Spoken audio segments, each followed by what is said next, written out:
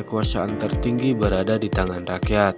Dalam demokrasi, rakyat memiliki hak untuk berpartisipasi dalam pengambilan keputusan politik, terutama dalam memilih pemimpin atau wakil mereka yang akan menjalankan pemerintahan dan menentukan kebijakan.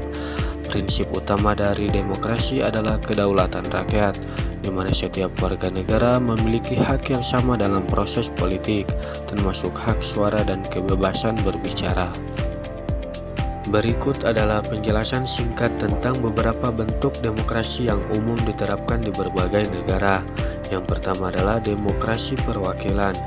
Dalam demokrasi perwakilan, rakyat memilih wakil-wakilnya untuk membuat keputusan politik atas nama mereka. Bentuk ini sangat umum dan diterapkan di banyak negara seperti Amerika Serikat, India, dan Indonesia. Para wakil rakyat tersebut bekerja dalam parlemen atau kongres untuk menyusun undang-undang dan kebijakan yang mewakili kepentingan rakyat.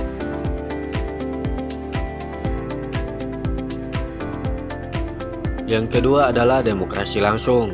Pada demokrasi langsung, rakyat berpartisipasi langsung dalam pengambilan keputusan tanpa melalui wakil. Jenis ini jarang diterapkan sepenuhnya pada tingkat negara karena jumlah penduduk yang besar, namun sering digunakan pada tingkat lokal atau dalam referendum.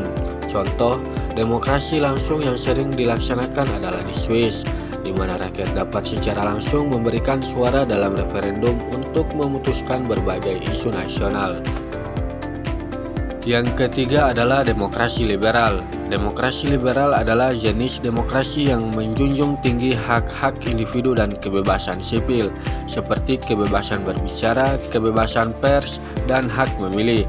Negara-negara yang menerapkan demokrasi liberal umumnya memiliki pemisahan kekuasaan antara legislatif, eksekutif, dan yudikatif. Contoh negara yang menganut demokrasi liberal adalah Kanada, Jerman, dan Jepang. Yang keempat adalah demokrasi sosial. Demokrasi sosial menggabungkan elemen-elemen demokrasi dengan kebijakan sosial yang bertujuan untuk mengurangi ketidaksetaraan ekonomi. Negara-negara dengan demokrasi sosial seperti Swedia dan Norwegia fokus pada kebijakan kesejahteraan sosial, layanan kesehatan, dan pendidikan yang dijamin oleh negara, namun tetap mempertahankan ekonomi pasar. Yang kelima adalah demokrasi rakyat. Bentuk demokrasi ini sering dijumpai di negara-negara dengan sistem politik komunis atau sosialis, di mana negara mengklaim bahwa kekuasaan ada di tangan rakyat. Namun kenyataannya sering dikendalikan oleh partai politik tunggal. Contohnya adalah Tiongkok yang menyebut dirinya sebagai negara demokrasi rakyat dengan kendali kuat dari partai komunis. Yang kelima adalah demokrasi rakyat. Bentuk demokrasi ini sering dijumpai di negara-negara dengan sistem politik komunis atau sosialis, di mana negara mengklaim bahwa kekuasaan ada di tangan rakyat. Namun kenyataannya sering dikendalikan oleh partai politik tunggal. Contohnya adalah Tiongkok yang menyebut dirinya sebagai negara demokrasi rakyat dengan kendali kuat dari partai komunis. Yang keenam adalah demokrasi parlementer. Dalam sistem ini, eksekutif dipilih dari anggota legislatif, dan Perdana Menteri biasanya menjadi kepala pemerintahan. Contohnya adalah Inggris, di mana Perdana Menteri dipilih dari partai mayoritas di parlemen, yang membuat eksekutif bergantung pada dukungan mayoritas di parlemen. Sebagai penutup, kita dapat menyimpulkan bahwa demokrasi adalah sistem pemerintahan yang menempatkan kekuasaan tertinggi di tangan rakyat.